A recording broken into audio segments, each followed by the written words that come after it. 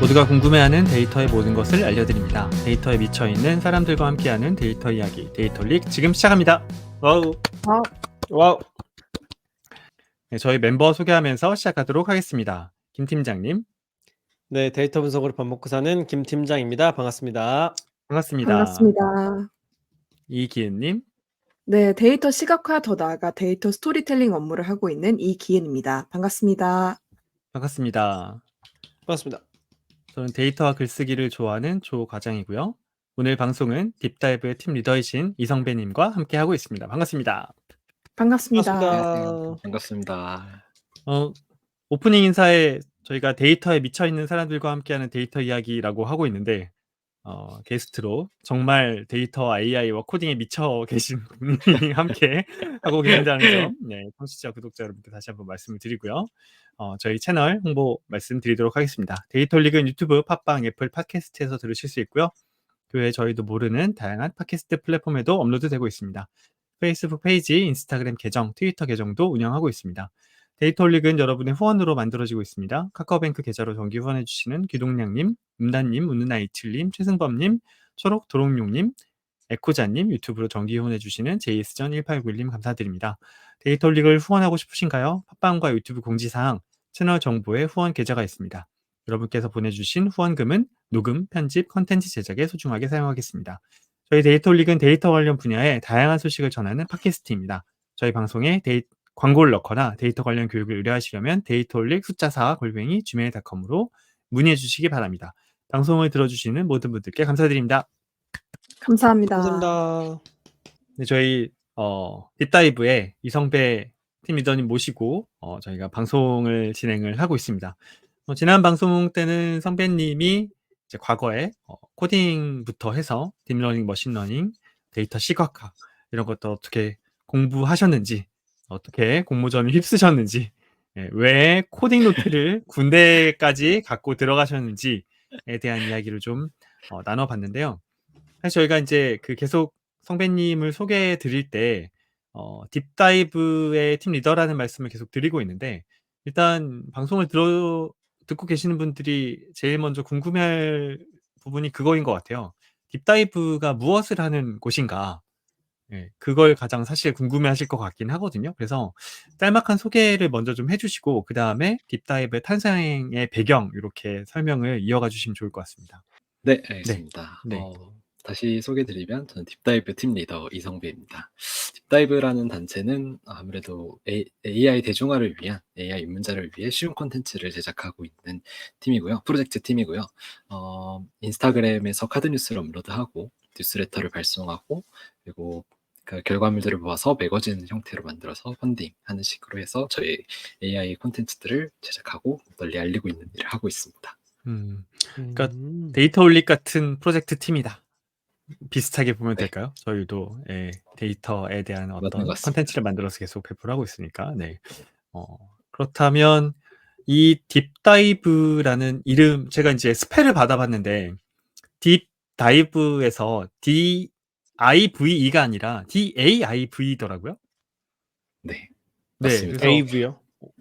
네, AIV. DIVE, 그러니까 다이브가 아니라 DAIV더라고요. 그래서 아마 이 스펠로 딥다이브란 이름을 짓게 된 배경이 조금 독특할 것 같은데 성배님한테 소개를 한번 받아보고 싶습니다. 네. 우선 딥다이브가 말씀해 주셨던 대로 DAIV인데요. 요 이름을 이제 어디서 지었냐 하면은 제가 군 생활하던 시절로 다시 돌아가야 됩니다. 그래서 군 막바지에 제가 사실 군대에서 열심히 코딩하고 뭐 초반에 그러다가 이후엔 논문을 열심히 읽었던 것 같아요. 그러면 군대에서 축구한 이야기나 뭐 군대에서 뭐 이제 뼈 깎은 이야기 이런 이야기들이 주로 있는데 군대에서 코딩한 이야기에 이어서 군대에서 논문 읽기가 나왔습니다. 네. 그러니까 이제 그 정상이라고 볼 수는 없죠. 네, 정상이라고 볼 수는 없고 세상엔 다양한 사람들이 있다. 이런 걸 알리는 방송입니다. 네. 와, 지금 네. 그러네요. 제가 정상이 아니었던 것 같습니다. 네. 아, 저희 데이터리가 함께 하시면 거울 치료가 확실하게 됩니다. 아, 그러네요. 한 번도 자각하지 못했던, 당연히 그래 왔어야 됐다고 생각했는데, 그러네요. 네. 아, 이제 논문을 읽기 시작했다라고 말씀하셨는데요. 네, 논문을 읽고 사실은 이제 주말에 강의도 보고 지난 방송에서 아마 막 K무크나 아니면 뭐 코세라 이런 강의 말씀드렸었는데 다행히 이제 무료로 열려 있는 강의들이 많이 있어서 그런 관련된 강의들을 되게 많이 찾아봤었던 것 같아요. 그래서 그런 내용들을 이제 정리해 나가면서 공부하고 하는데 AI가 되게 재밌다라고 느꼈던 것 같아요. AI가 재밌는데 당시까지만 해도 AI라는 말을 들었을 때 뭐 또 장벽을 느끼는 건 기술에 대한 장벽을 느끼는 건 당연한데 그것보다도 되게 좀 막연한 두려움이 있었던 것 같아요. 당시 뭐 AI 기술이 좀 친숙하지 않았던 상황에서는 AI가 마치 뭐 트랜스포머나 뭐 아이로봇에 나오는 것처럼 완전 뭐 세상을 어떻게 할 것이다라는 좀 루머에 많이 좀 녹아들어 있었던 것 같아요. 근데 그게 아니라 사실 AI라는 건 뭐 삶의 유용한 기술이 될 수 있고 실제로 그런 기술들이 많이 개발돼서 우리 일상 속에도 있고 하는 내용들을 먼저 좀 만들어 보고 싶다라고 생각을 했었어요. 그래서 그런 단체를 프로젝트 팀을 만들어 보자라고 생각했던 게 이 딥다이브의 시초였고요.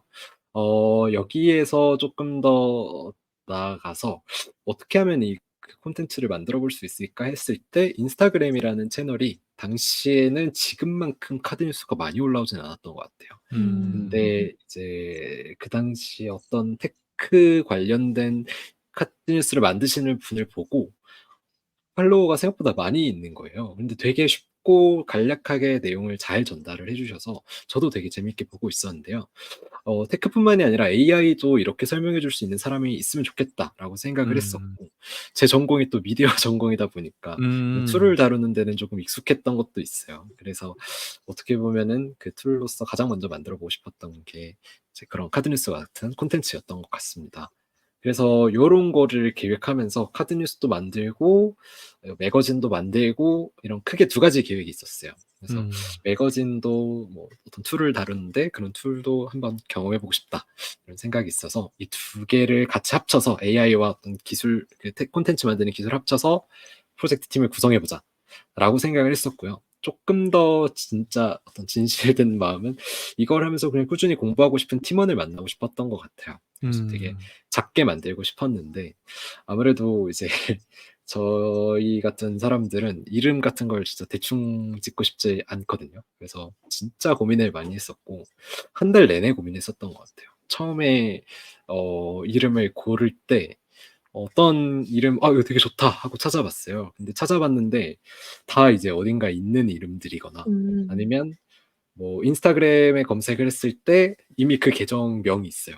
저희는 인스타그램에서 카드뉴스를 만들어야 됐기 때문에 그 기준이 되게 중요했거든요.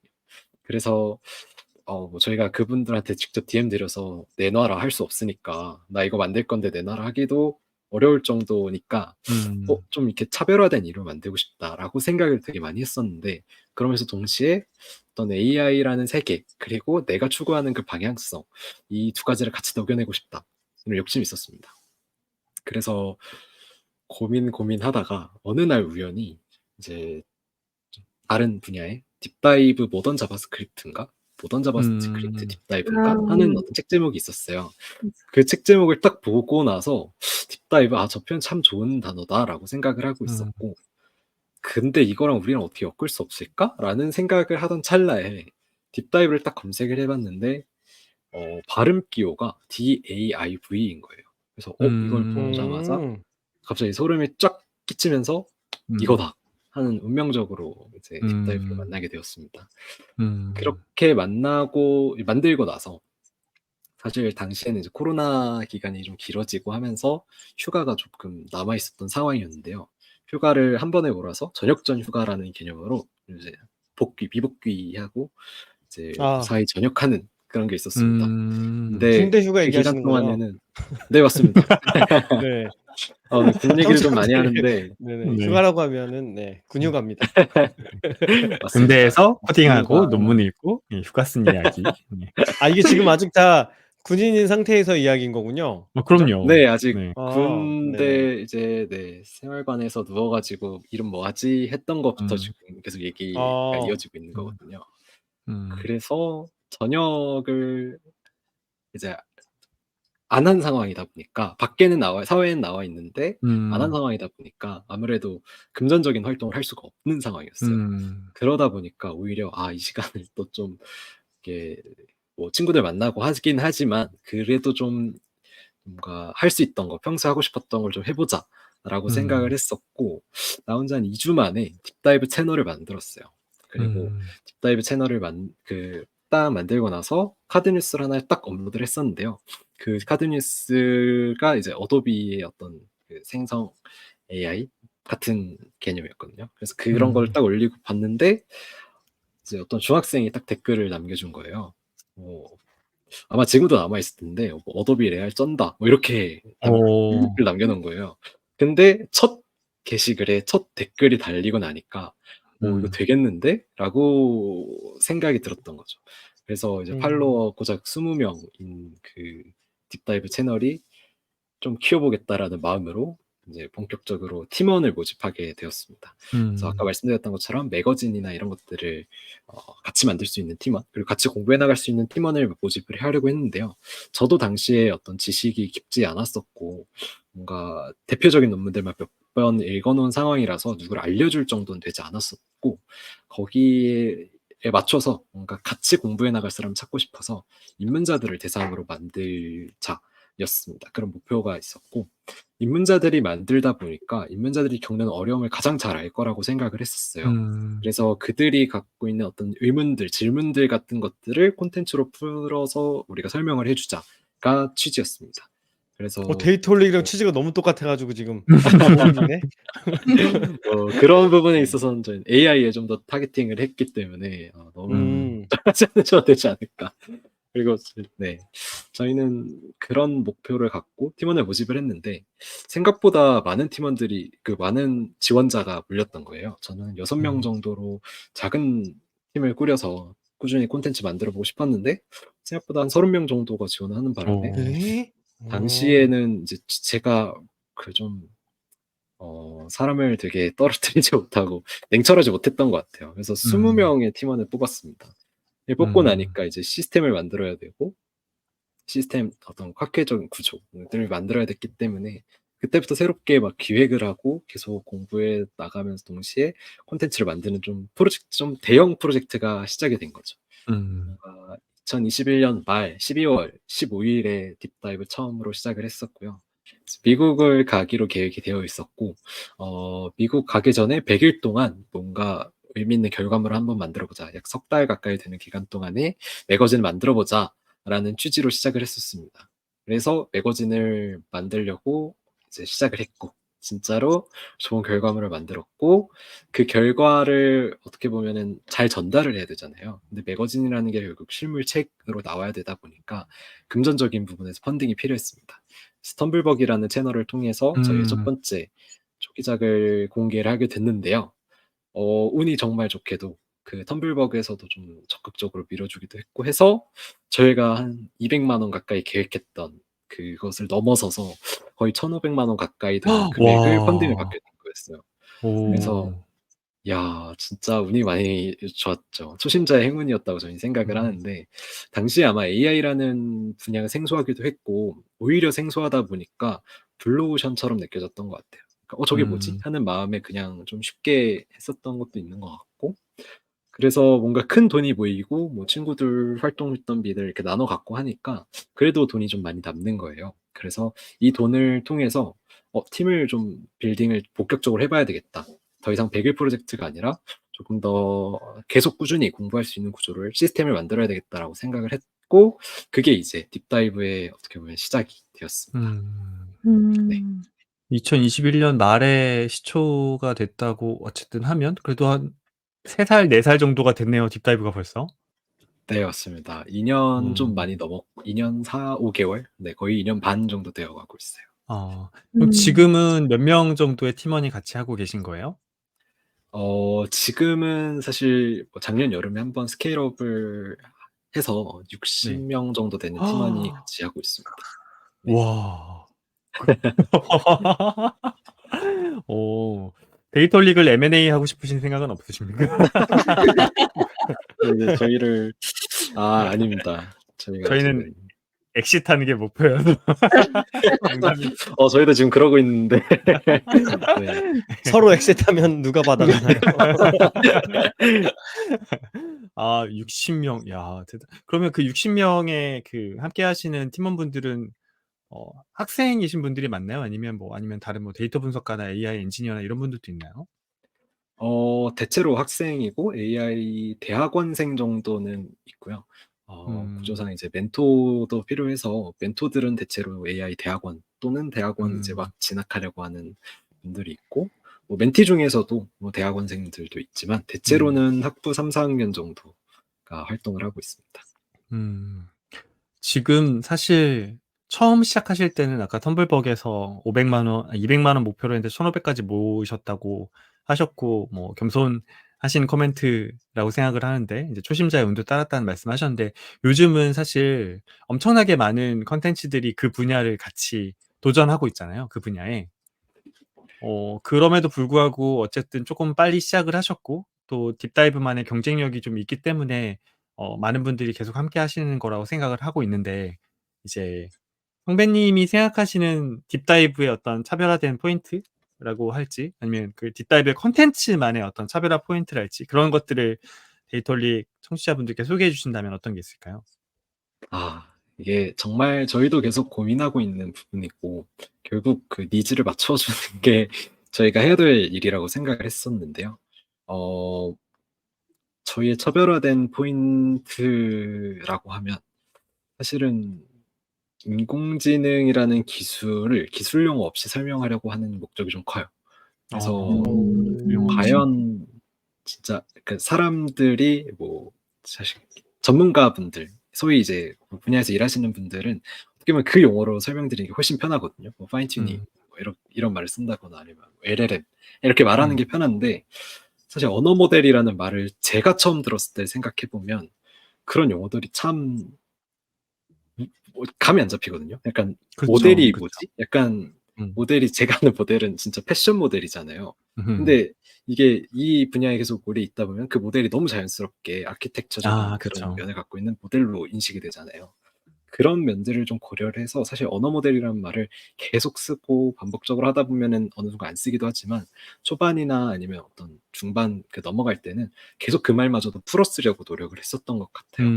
그래서 용어 하나 아니면 되게 고민하는 포인트가 이걸 영어로 쓰는 게 편할까 아니면 한국어로 번역해서 쓰는 게 편할까, 이런 포인트들도 좀 고민을 하거든요.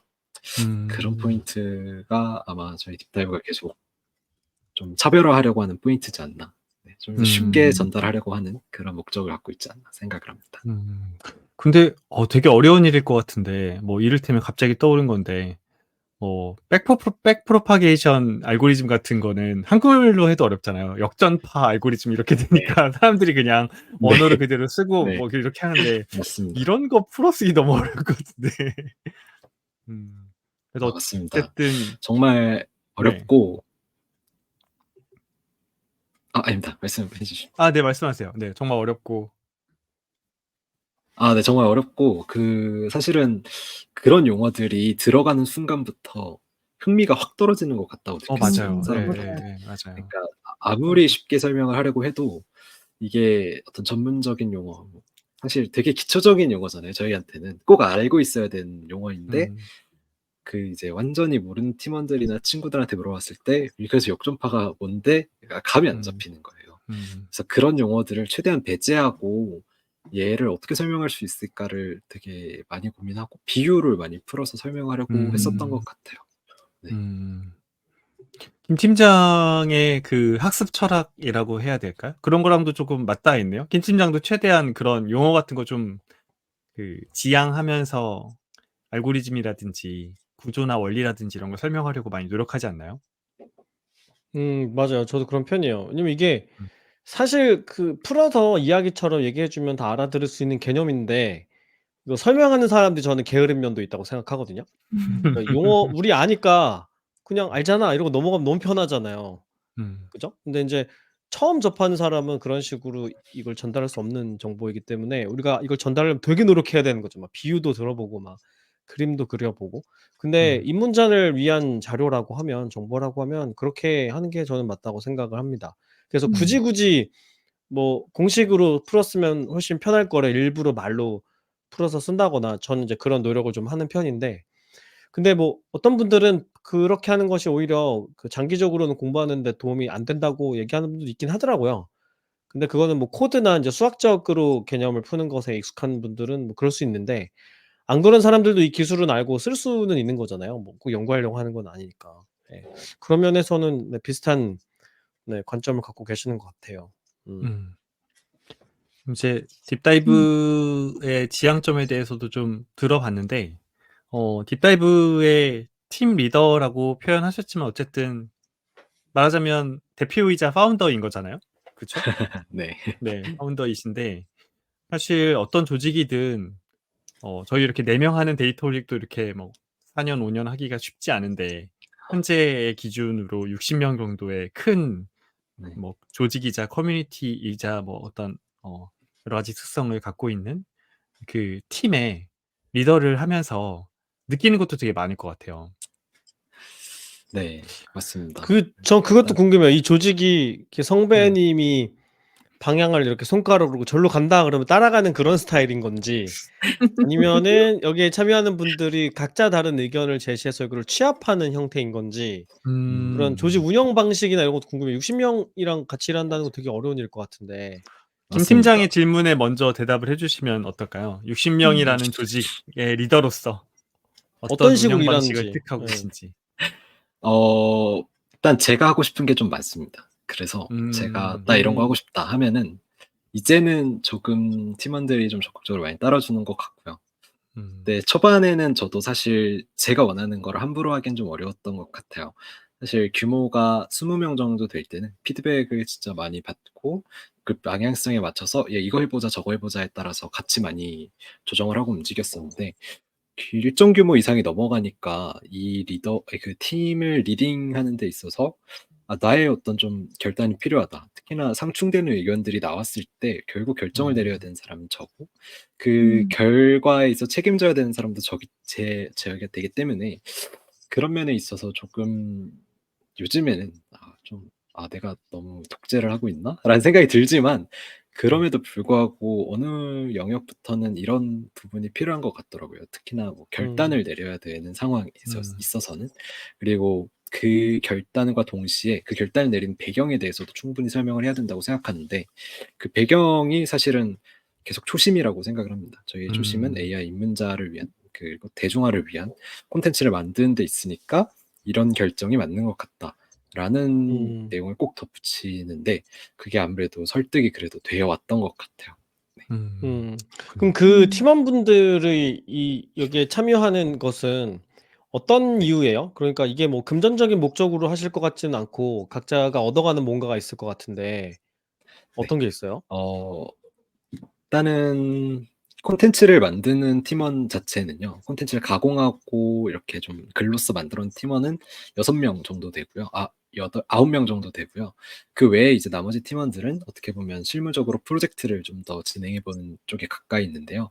최종적으로 저희도 이제 늘 말을 해요. "그 AI 너희들이 프로젝트 결과물로서 결국에 어떤 사람들에게 전달할 수 있는 글로 풀어내야 된다."라고 음. 말을 하고 음. 그 팀원들 같은 경우는 그 프로젝트를 통해서 본인의 어떤 역량을 키운다거나 특히나 저희는 다른 학회들과는 좀 다르게 3 개월 사이클로 돌아가고 있는데 3 개월 음. 사이클의 장점은 진짜 딥다이브라는 이름 그대로 3 개월이라는 그 짧은 100일 정도 되는 그 짧은 기간 안에 어 한 분야를 좀 담갔다가 오는 거죠. 그러니까 음. 프로젝트라는 데까지 음. 닿으려면 논문도 읽어야 되고 그 논문에 맞춰서 코딩도 해야 되고 데이터도 만져봐야 되고 하니까 그 3 개월 사이클 안에 그걸 경험해 보게 됐다. 근데 다음 3 개월 사이클 안에는 내가 이번에 오디오 딥러닝을 좀 해 봤으니까 다음에 멀티모달을 좀 해 보자. 이런 식으로 다음에 전환이 되게 좀 편해요. 음. 그러다 보니까 그런 분야를 다양하게 경험을 해 보고 그 분야에 맞춰서 이제 자기가 원하는 진짜 아. 좀 나아가고자 하는 분야를 찾아가는 데 있어서 활동하는 도움이 되지 않나 생각이 듭니다. 음. 음. 그러면 팀원분들이 어떤 주제를 정해서 직접 개발 프로젝트 같은 걸 하고 그 과정에서 공부한 것들을 콘텐츠로 정리하는 이런 흐름인 거군요. 네, 맞습니다. 맞나요? 아 네. 그렇군요. 그러니까 더 초보자 입장에서 콘텐츠를 만들 수도 있겠네요. 그 막 현업에서 개발하는 그런 개발자 입장이 아니고 이제 처음 이 정보를 접하면서 개념을 다루니까 '아 이때 이건 이렇게 설명하면 더 좋겠다.'라는 걸 훨씬 잘 아실 테니까 더 쉬운 콘텐츠가 나올 수도 있겠네요. 음. 그렇군요. 그런 면에서 네. 데이터 활용은 너무 고인물이 되었나 하는 생각도 초심을 잃었나 하는 생각도 드네요. 제 생각에는 초심 자체가 처음부터 없었기 때문에 괜찮을 것 같아요. 아 그래요? 네. 저거장 그랬구나. 네. 알겠습니다. 네. 처음부터 초심은 없었기 때문에 네, 변한 건 없다. 네. 아까 제가 질문 드렸던 것 중에 이제 뭐 김 팀장의 질문이랑도 좀 연관이 되는 것 같은데 선배님이 이 딥다이브 활동을 통해 무엇을 얻으셨는지도 궁금하더라고요. 저는 크게 두 가지 측면으로 말씀드릴 수 있을 것 같아요. 각자가 하나의 이야기가 있지만 하나는 다이브 활동, 사람들과 함께하는 활동에서 얻은 게 있고요. 두 번째는 AI 콘텐츠를 만든 활동. 뭔가 저 내면의 좀 더 개인적인 이야기가 될 수 있을 것 같은데요. 첫 번째로 이제 다이브 활동 측면에서 말씀드렸던 것처럼 약 60명 되는 팀원이 같이 활동을 하고 있다 보니까 사실은 사람이 가장 어렵습니다. 어떤 조직을 이끌든 뭐 네. 콘텐츠 만들고 일하고 하는 거는 시간을 들이고 밤 좀 새면 괜찮은데 사람과 사람의 일들은 정말 늘 힘들고 어렵고요. 그럼에도 혹시 사례를 불구하고 말씀해 주실 수 있어요? 사례요. 이게 이런 일이 아, 있었는데요. 이렇게. 이 대표님한테 사례 그런 거 부탁하면 안 돼. 비유적으로. 사례 뭐 비유적으로 하면은 이제 너무 열정적인 팀원이었다 보니까 뭐 그 열정이 저의 방향성과 맞지 않아서 약간 제가 의도했던 것과 다르게 본인이 줬던 걸 좀 해보고 싶었는데 제가 그거를 좀 소홀히 여겼던 뭐 그랬던 적도 한번 있었던 것 같고요. 네, 뭔가 그쵸. 그런 일 말고는 뭐 이렇게 이제 팀 자체 단위에서도 팀 간의 불화 뭐 이런 거는 뭐 매기수 있죠. 팀 내에서 팀 간의 불화요? 프로젝트를 하다가 팀 네. 내에서 이제 의견 조율이 안 돼. 프로젝트 주제를 같이 정해야 되는데 그게 좀 안 맞는다거나 아니면 사실 수준 차이 같은 것들을 고려를 해야 되는데 뭐 개인이 원하는 목적성이 달라서 그 프로젝트의 방향성을 좀 잃는다거나 할 때 이제 저한테 계속 "어떻게 해야 되냐?" 많이 들어오고 그런 게 제일 어렵죠. 그럼 어떻게 하세요? 그런 문의가 들어왔을 때? 일단 여러 가지 방법이 있는데 보통은 이제 어떤 분이 나가시는 경우가 좀 많아요. 가끔 하지만 그런 케이스 자체가 적지만 그런 결과는 보통 어떤 한 분이 나가게 돼서 방향성을 정리하는데 그거를 어떻게 보면은 제 입장에서도 나가시더라도 어쨌든 팀원으로서 함께 했고 함께한 거에 대한 감사함이 있어서 늘 좀 잘 정리하게끔 노력을 하는 것 같아요. 그리고 남아있는 팀원들 같은 경우도 그 프로젝트를 최대한 잘 완수할 수 있도록 가이드를 좀 하는 편이고 보통 이제 난도를 낮추거나 아니면 발표를 하더라도 뭐 여기까지만 해도 충분한 결과물이 나오는 것 같으니까 너무 무리하지 말아라 이런 식으로 좀 가이드를 잘 주는 것 같습니다. 그렇군요. 어쨌든 60명이나 되다 보니까 뭐 리더의 역할은 실무도 있지만 계속 사람에 대한 이슈를 해결하고 갈등을 해결하고 동기부여를 시키고 그런 데에 많이 치중이 되는 거라는 생각에 동의를 합니다. 네. 그래서 계속해서 다이브 뭔가 활동에서 제가 얻었던 점들을 얘기 드리면 일단 커뮤니티라는 그 자체가 주는 힘이 있는 것 같아요. 분명히 그 작은 단위에서 몇 명의 소수의 사람들이 모여서 이렇게 결과물을 만들어내는 것도 의미가 있지만 단체가 되었을 때는 또 다른 힘이 있는 것 같다라고 생각을 했었고요. 제가 예전에도 어떤 이 말을 한 적이 있었는데요. 되게 좋은 비유가 있었던 것 같아서 소개를 해드리려고 해요.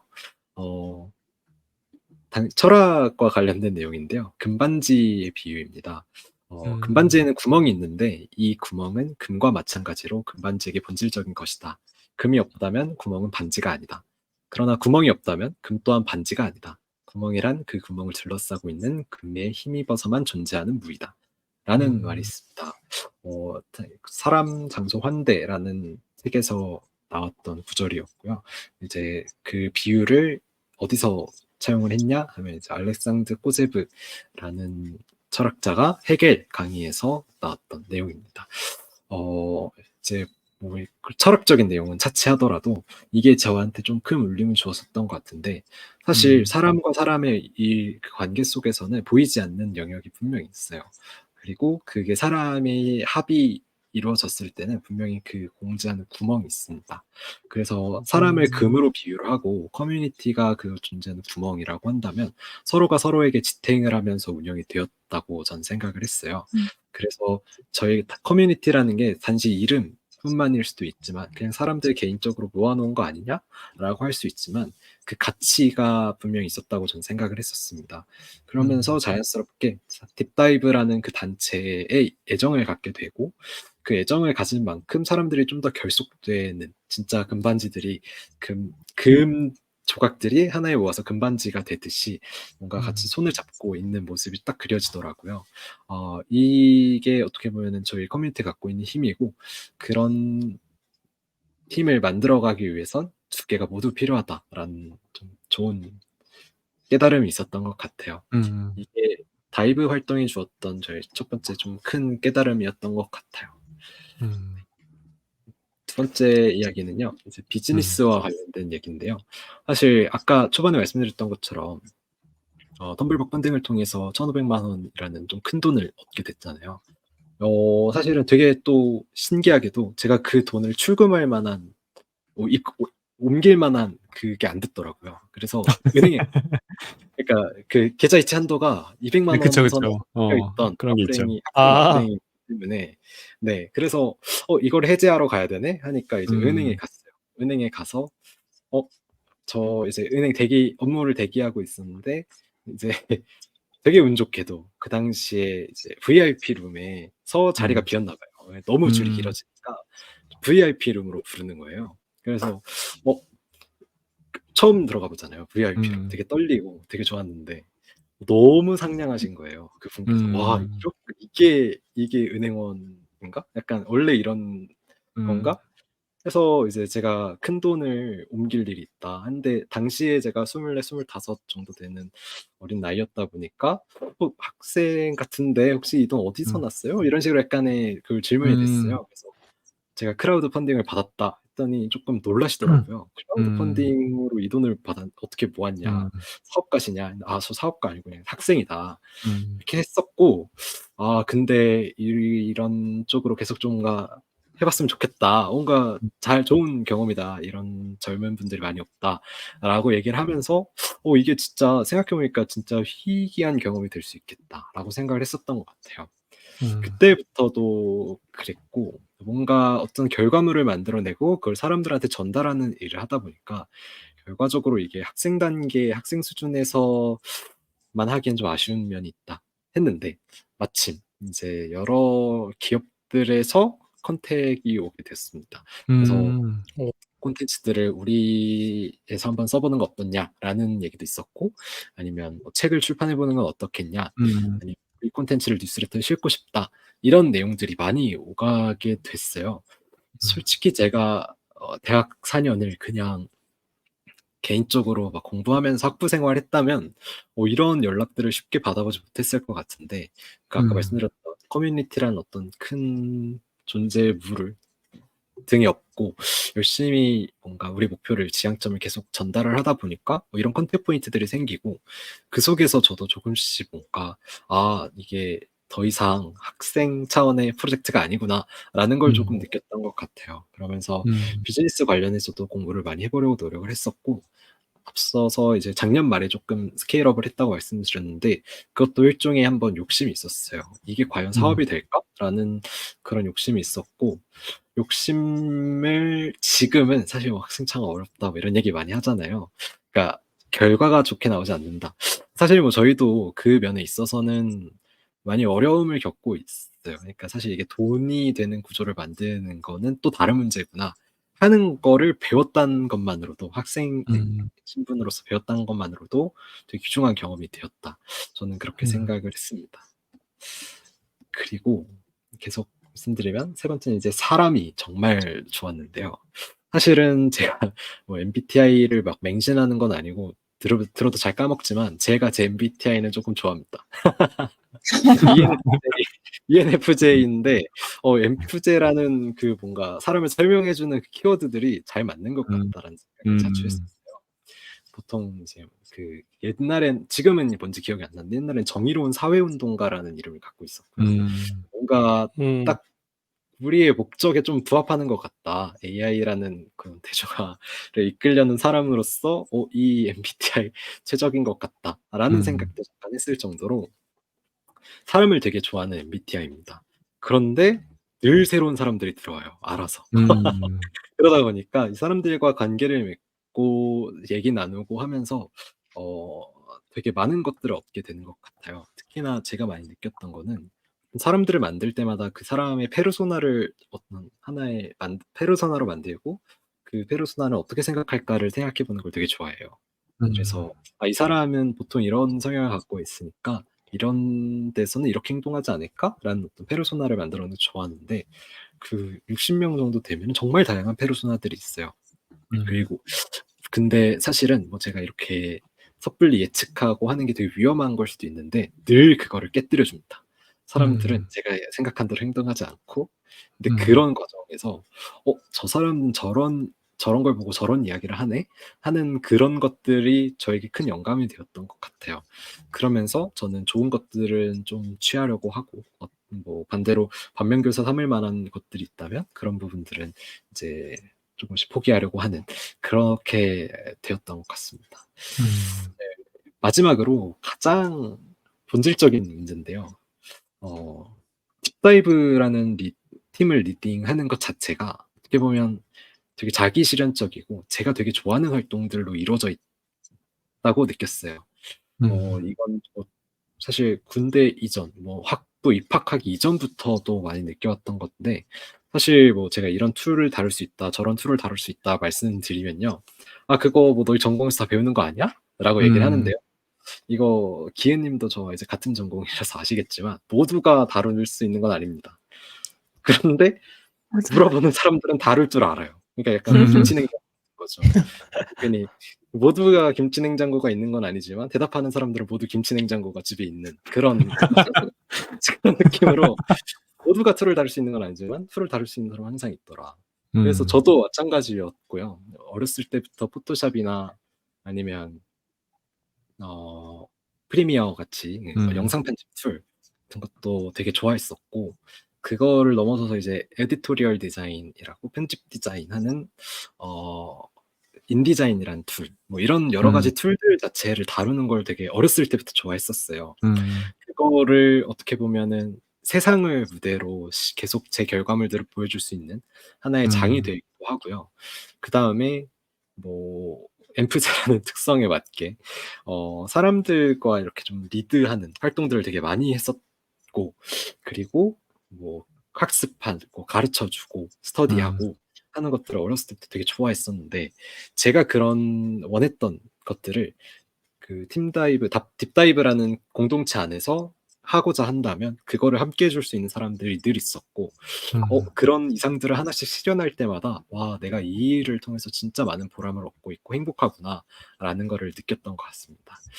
이렇게 커뮤니티에 대한 어떤 느낀 점이나 아니면 비즈니스, 사람 그리고 내 경험을 모두 집합할 수 있는 이 단체 그래서 이제 딥다이브를 통해서 얻을 수 있는 가치는 이 정도인 것 같습니다. 그렇군요. 그 원래 전공했던 대로 다시 이렇게 회귀하고 있다는 느낌도 드는데 도구로서는 AI나 이런 걸 쓰지만 그래도 그러네요. 이제 언론 홍보 영상 이런 원래 학부의 전공들이 계속 딥다이브 안에서 있는 것 같아요. 말씀을 들어보니까. 거기 기반으로 이제 코딩이나 그런 어떤 툴을 좋아하는 그 선배님의 마음과 또 이제 뭐 학습했던 때에는 으로 드러나진 않았지만 사람을 좋아하는 그런 어떤 MBTI의 성향 이런 것들이 잘 맞물려 가지고 되게 그 좋은 뭐랄까 아직 직업이라고 본인은 생각할지 안 할지는 잘 모르지만 하나의 업으로서 굳어져 간다는 느낌도 예 받는 소감이었습니다. 또 콘텐츠를 제작하면서도 느끼시는 게 있겠죠? 네. 두 번째 얘기가 이제 콘텐츠를 제작하면서 얻은 것들인데요. 콘텐츠라는 게요. 뭐 단순히 카드 뉴스를 만드는다. 여기에서 그치진 않는 것 같아요. 아까 질문 음. 주셨던 대로 만들면서 사실 고려해야 되고 기획해야 되는 영역들이 되게 많이 있었고요. 그 기획이 어떻게 되느냐에 따라서 결과물들이 확확 달라지는 게 되게 많이 음. 느껴졌습니다. 이제 저는 사람 특성상 좀 정적인 것들을 되게 좋아해요. 그니까 예를 들면 뭐 어떤 말을 전달한다고 하더라도 그 말이 되게 좀 정갈하고 음. 어떤 밈적인 요소들은 좀 배제되어 있고 하는 그런 콘텐츠들을 조금 좋아해서 '지식 전달적인 측면에 좀 적합할 거다.'라고 전 생각을 음. 했었고요. 실제로도 그런 식으로 어떤 뭐 제가 만드는 강의 자료 같은 데서는 그렇게 많이 드러냈던 것 같아요. 그런데 이 콘텐츠라는 그 특성을 좀 고려를 해 보면 결국 사람들한테 전달이 되고 소비가 되어야 가치가 생기는 것들인데 그러려면 그 사람들이 어떤 그 속에서 저희 콘텐츠를 읽고 가치를 느껴야 됩니다.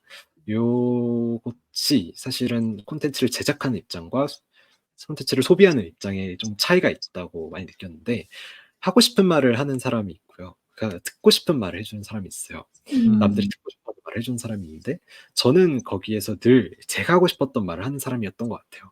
음. 그게 저희의 가치라고 생각을 했었고 그게 맞다고 생각해서 조금은 강하게 밀어붙였던 것 같아요. 그런데 음. 어느 순간부터 이게 한 단계씩 하는데 성장이 둔화되면서 어 우리의 콘텐츠 소비하는 사람들이 많이 줄어들면서 '과연 이 방향이 맞나?'라고 의심을 하게 됐는데 그때 이제 다른 팀원들이 콘텐츠 팀원들이 들어오면서 '나는 이 콘텐츠를 이렇게 풀어보고 싶다.' 했는데 제 방향성과 너무 달랐습니다.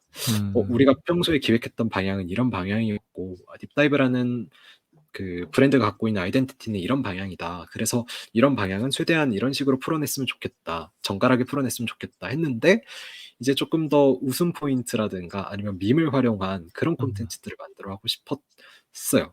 근데 음. 그런 부분에 있어서 제가 '과연 고집을 부리는 게 맞나?'라고 생각을 음. 하다가 고집을 좀 꺾는 계기들이 몇 번 있었습니다. 제가 소비하고 있는 콘텐츠가 어느 순간 보니까 좀 그런 밈적인 콘텐츠 자체를 소비를 하고 있는 거예요. 그러니까 음. 사실은 저도 그런 얘기를 듣고 싶었던 건데 하고 있는 말들은 되게 정갈하고 깔끔한 지식이 정제된 그런 콘텐츠를 만들고 있었던 거였죠.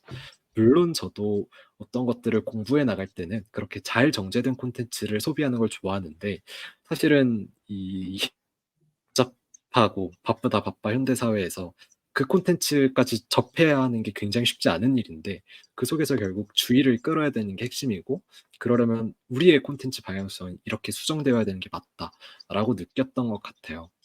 음. 그래서 여기서 얘기했던 게 이제 주의 경제라는 개념이 나오는데요. 우리가 결국 데이터가 너무 방대한 사회에 살고 있다 보니까 우리 갖고 있는 어텐션, 어디에 주의를 기울여야 하는 그 주의 자체를 되게 효율적으로 분배하려고 하게 됩니다. 그러다 음. 보니까 자연스럽게 조금은 자극적이더라도 그런 콘텐츠들을 찾아 나가게 되는, 그러니까 찾아 나간다기보단 정확히 말하면 그런 거에 걸리는 거죠, 우리가. 그래서 그런 걸리는 콘텐츠들이 좋은 콘텐츠냐라고 했을 때 반드시 그런 콘텐츠는 아니었다라는 걸 음.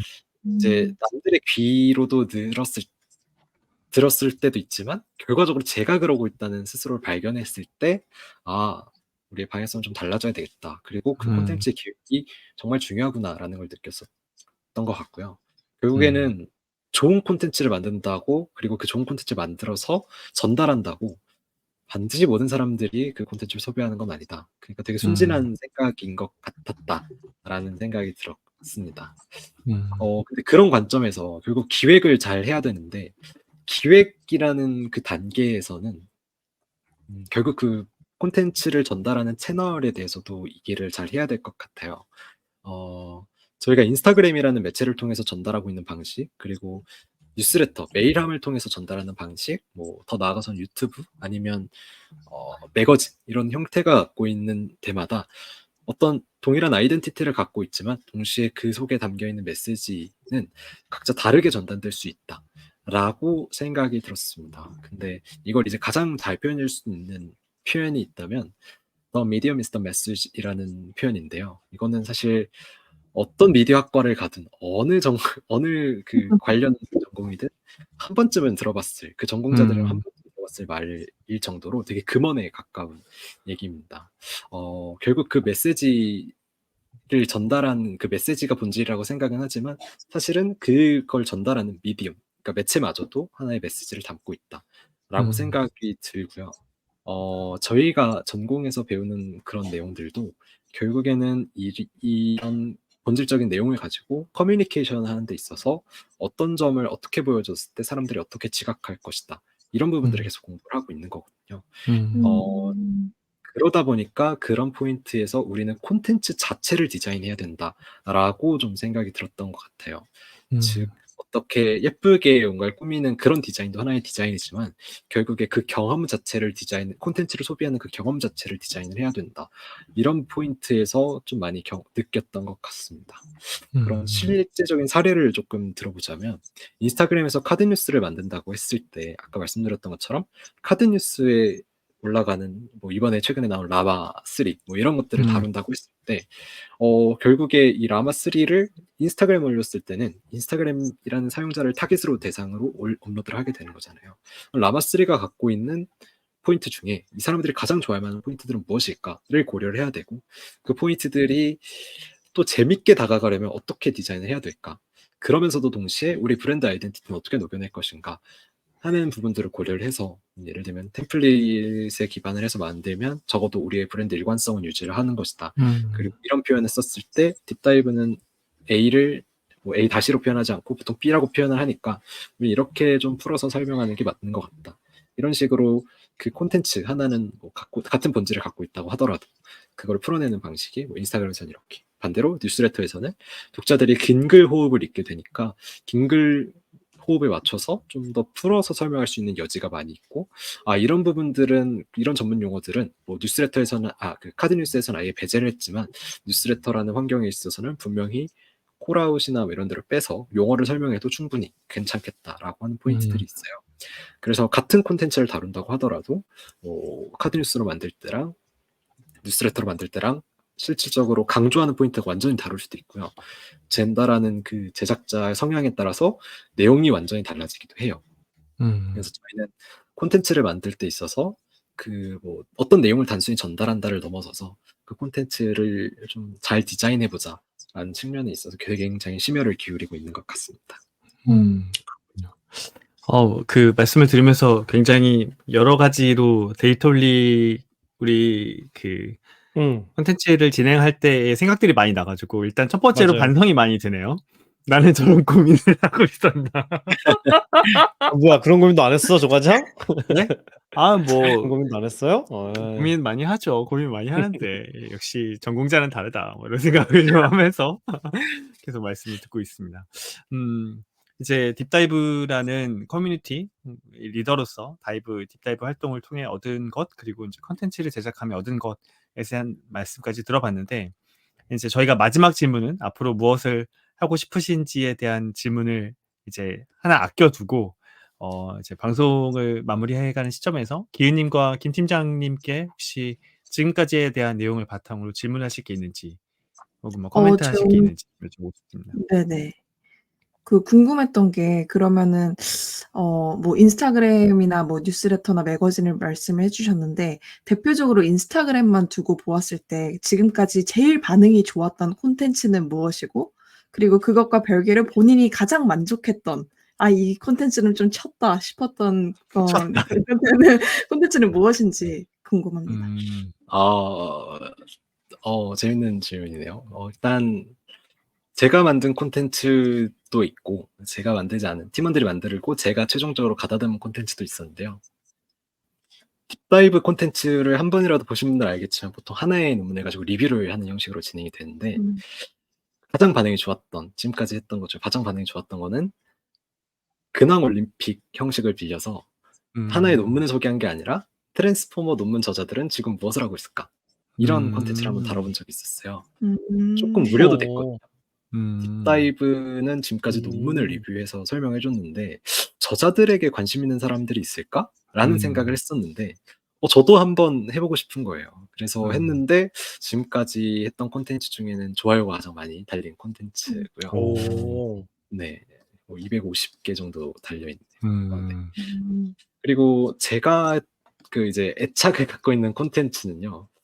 아무래도 이제 초반에 만들었던 콘텐츠들이 참 제 마음속에는 좀 뭔가 남아 있는데 어떻게 보면은 초창기 콘텐츠이기도 했고 그 딥다이브를 시작하게 된 콘텐츠들이다 보니까 초반에 만들었던 좋아요 별로 없지만 그런 콘텐츠들이 참 마음에 남아요. 예를 들면 어도비 같은 것도 있잖아요. 어도비 같은 것도 어도비의 어떤 기술력이 막 뛰어나다 이런 건 아니었지만 제가 그 초반에 갖고 있었던 정신들이라고 할까요?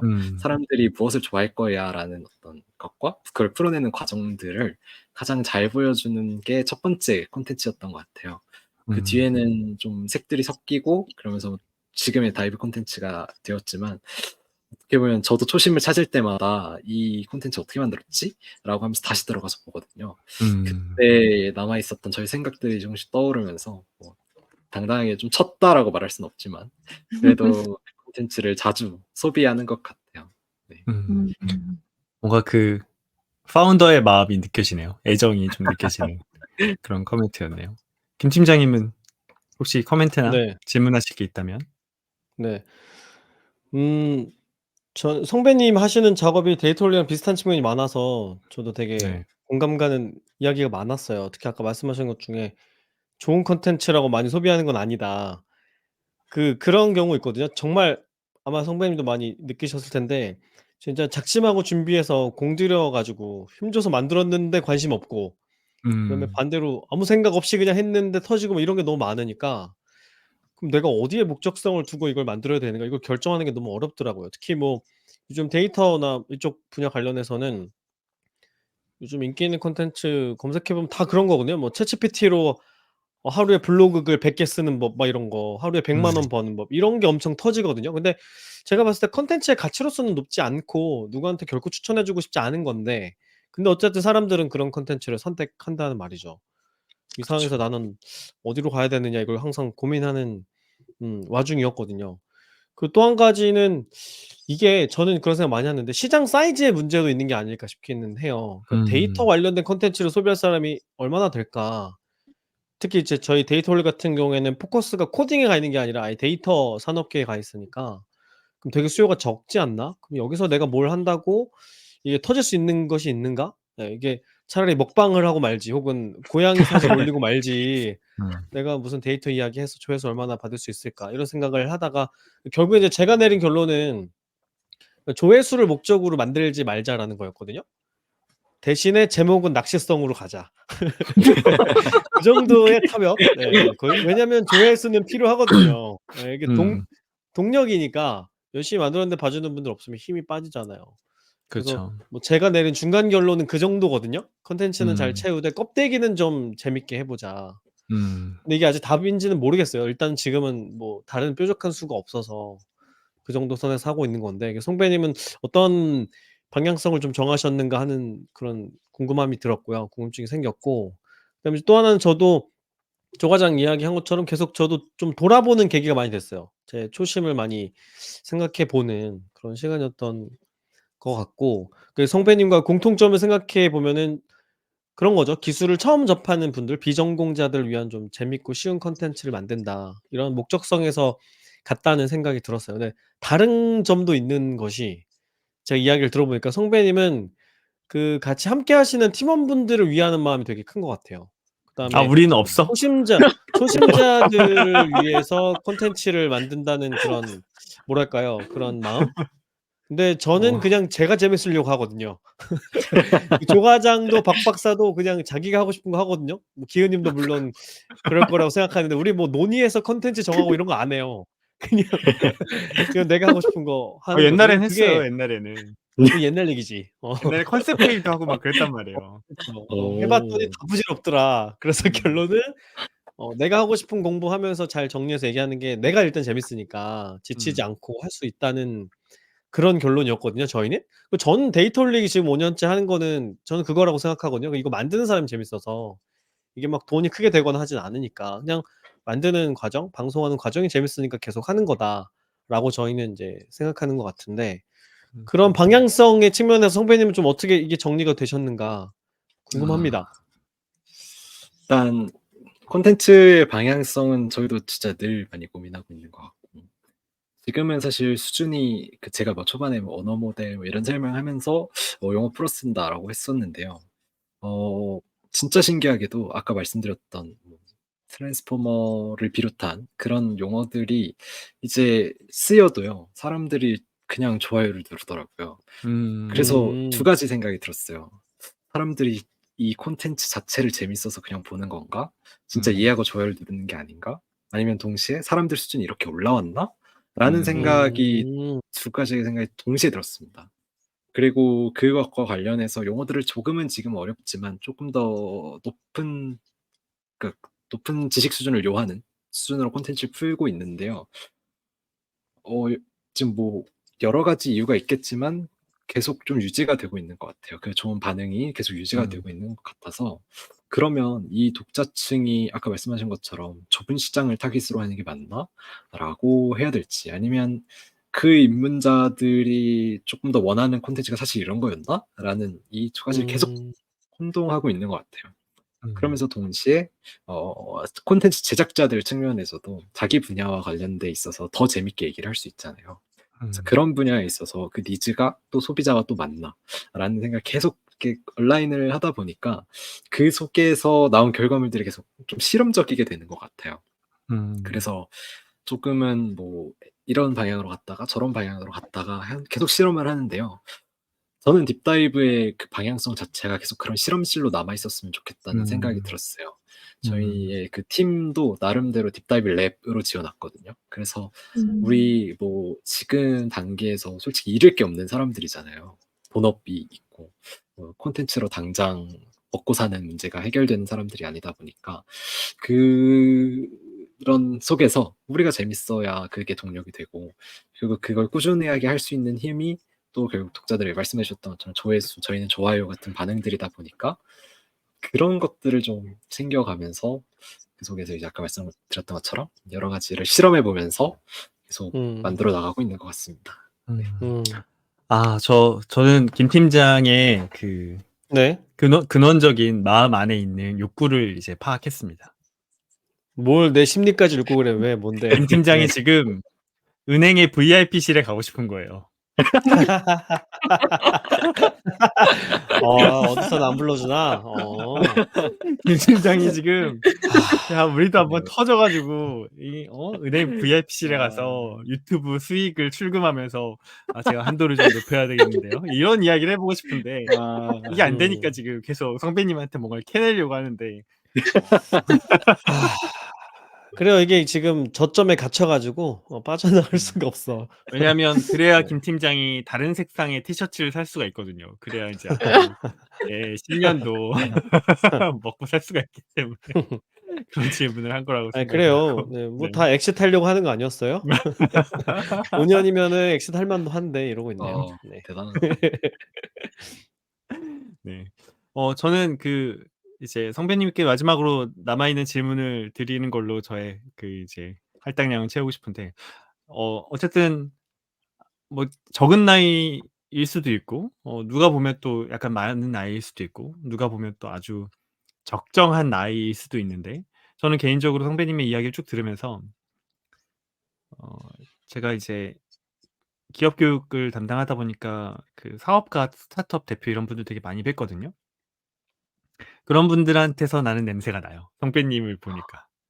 그 스타트업 대표님들한테서 나는 냄새가 있어요. 그 묘한 무슨 냄새. 냄새인데? 약간 미친 냄새가 있어. 그렇지. 맞아요. 약간 이렇게 딱 맡으면서 그 투자자들이 맡는 냄새가 있을 거란 말이에요. VC 심사역들이 '요 사람한테 돈을 맡기면 10년 뒤에 한 따따블로 받을 수 있지 않을까?' 요런 냄새가 좀 풍기는 그런 사람들이 있어요, 묘하게. 그래서 이미 뭐 이제 수익 모델이 지금 있건 없건 이미 약간 사업가로서 활동을 하고 계신다는 생각이 들고, 그런 면에서 선배님은 앞으로 무엇을 하고 싶으실까에 대한 질문을 마지막으로 이제 던져보고 싶습니다. 네. 일단 사업가적인 기질, 그것부터 먼저 말씀드리면요. 저도 이제 방향성을 생각할 때 크게 3 개를 두고 있었어요. 첫 번째는 취업을 한다. 두 번째는 창업을 한다. 세 번째는 AI 연구를 계속한다. 그러니까 대학원에 진학한다. 이렇게 3 가지가 있었는데요. 일단 뭐 그런 좀 단기적인 계획을 먼저 말씀을 드리면, 창업을 생각했었지만, 한때 생각했고 당연히 공모전도 생각했었지만 제가 돈 버는 것을 잘하진 않더라고요. 그러니까 뭔가를 만들어내고 어떤 사람들을 같이 리딩하면서 새로운 프로젝트를 기획하는 건 잘할 수 있는데, 돈을 버는 건 또 다른 문제인 것 같더라고요. 그러니까 돈 버는 가치를 창출하는 건 또 다른 문제라서 일단 그 부분에 있어서는 잠시 홀드해 둔 상황이고요. 이제 뒤에서 또 말씀드리겠지만, 두 번째로 뭐 이제 취업을 하느냐 했을 때 몇 가지 업무적인 경험을 하는 게 또 제가 위에서 경험을 하는 것과 이제 그 일을 받아서 그 일을 해내는 사람으로서 하는, 직원으로서 하는 업무는 또 다르다 보니까 그거는 뭔가 경험해 보고 싶긴 한데, 그 속에서도 제가 뭔가를 많이 얻어가려면 결국엔 많이 배워온 사람이 되어야 되겠다. 그래야 이제 그 속에서 제가 맞다고 생각하는 방향이 생기고, 그 방향에 맞춰서 좀 더 주체적으로 일을 끌고 갈 수 있을 것 같다고 생각을 했었어요.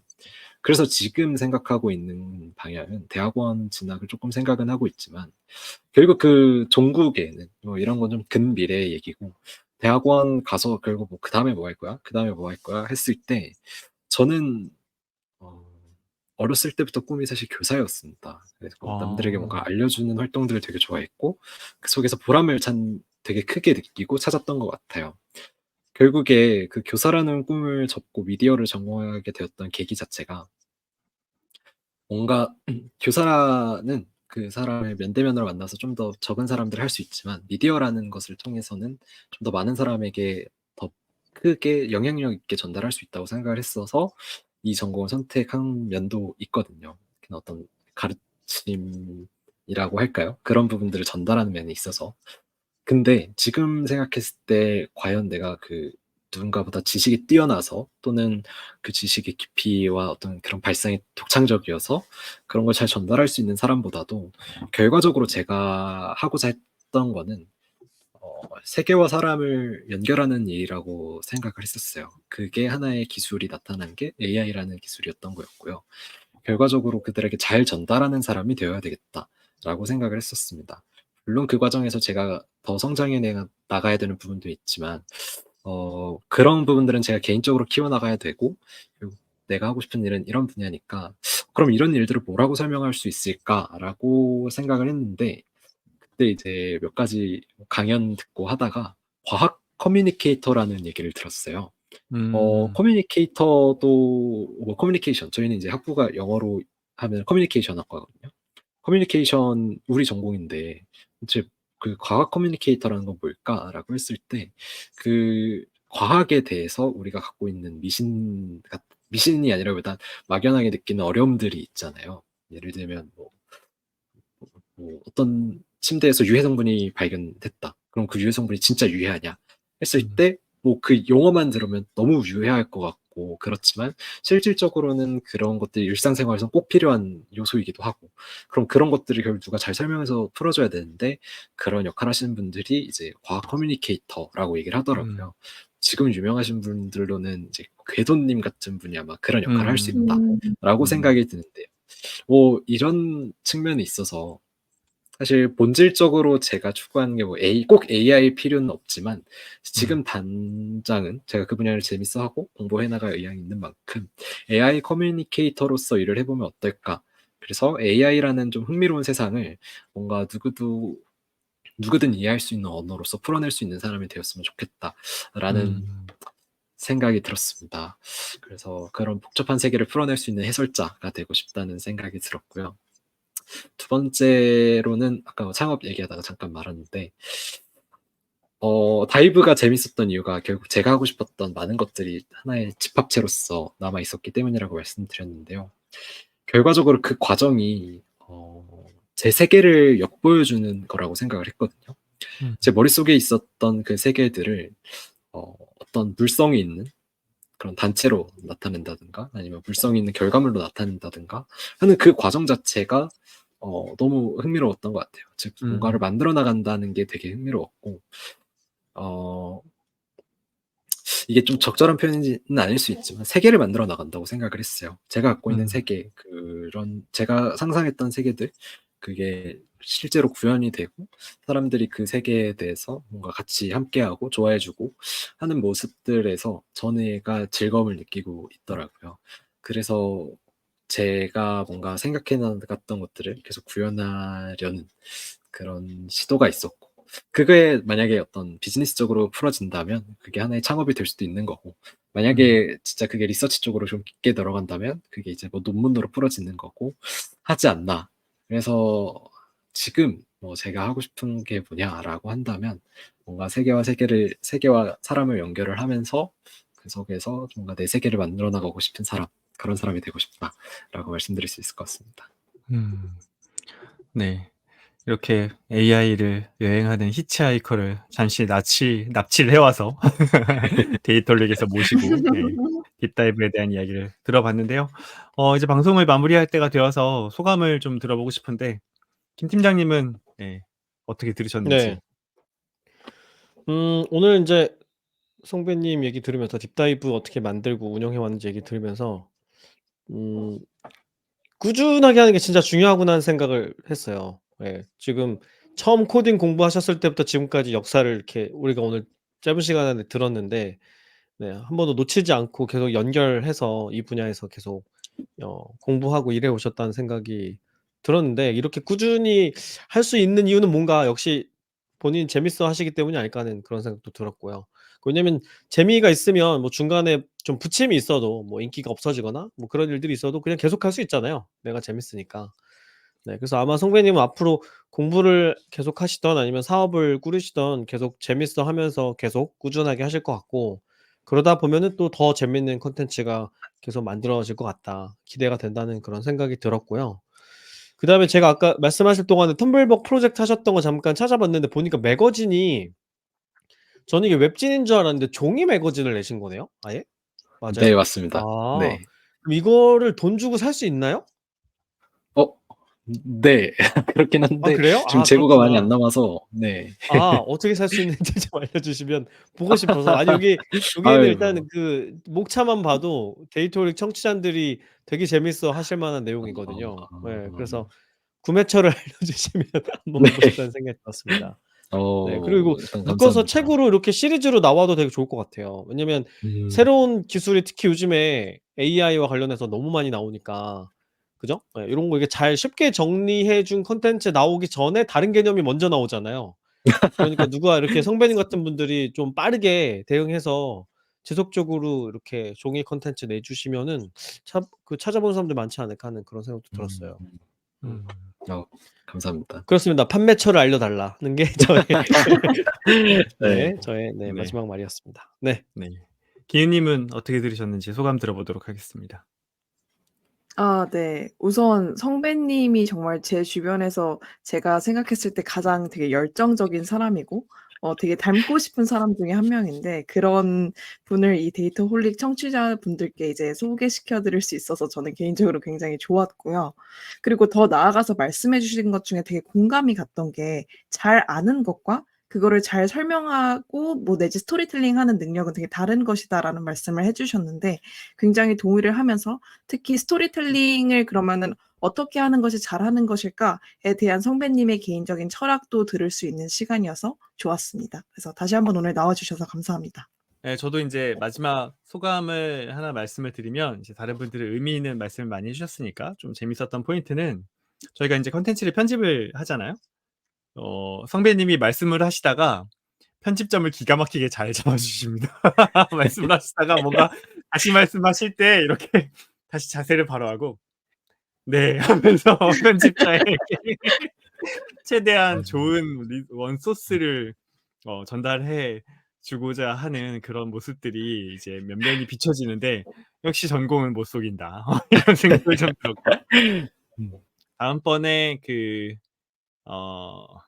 은행에 출금하러 가시면 저희 김 팀장을 꼭 VIP 룸에 데리고 가셔서 네, 그런 경험을 좀 한번 하게 해 주십사라는 부탁을 드리겠습니다. 그리고 아무래도 약간은 다른 결이 있기는 하지만 딥다이브와 데이터리 추구하는 가치가 조금 맞닿아 있는 부분도 많이 보여서 이번이 처음이자 마지막이 아니라 뭔가 다른 콜라보할 것들이 좀 생기면 좋지 않을까라는 기대도 해보는 그런 방송이었습니다.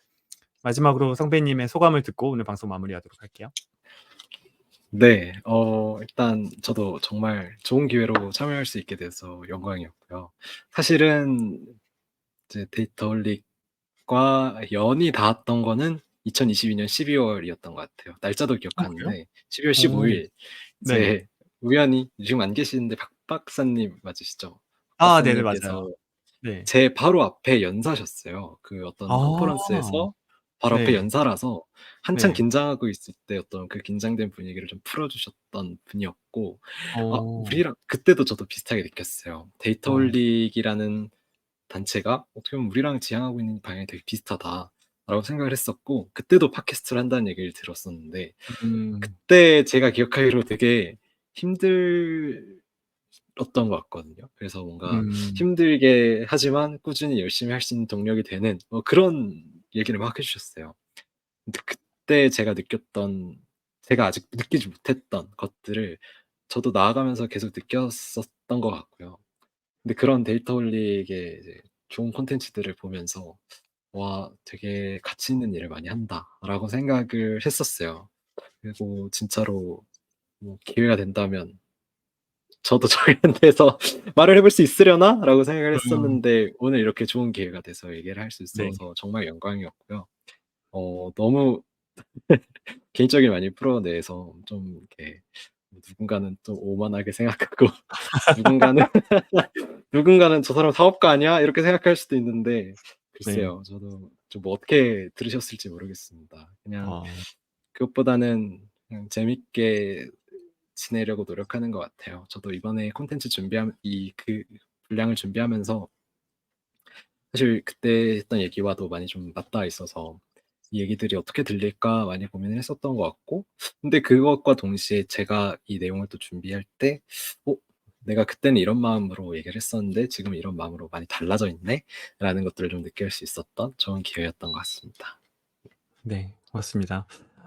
데이터홀릭도 딥다이브를 응원하면서 데이터홀릭 청취자분들도 딥다이브 저희가 인스타 주소나 이런 것들 정보를 유튜브 채널 정보나 이제 팟캐스트 정보에 남겨드릴 테니까 꼭 한번 들어가 보시고 어도비의 첫 번째 어도비 컨텐츠로 시작했던 그 첫 번째 그 중학생의 어도비 쩐다 그 게시물을 한번 찾아 들어가서 보시는 것도 재미있는 경험이 되실 거라는 생각이 드네요. 네, 그러면 오늘 방송은 이렇게 마무리해 볼까요?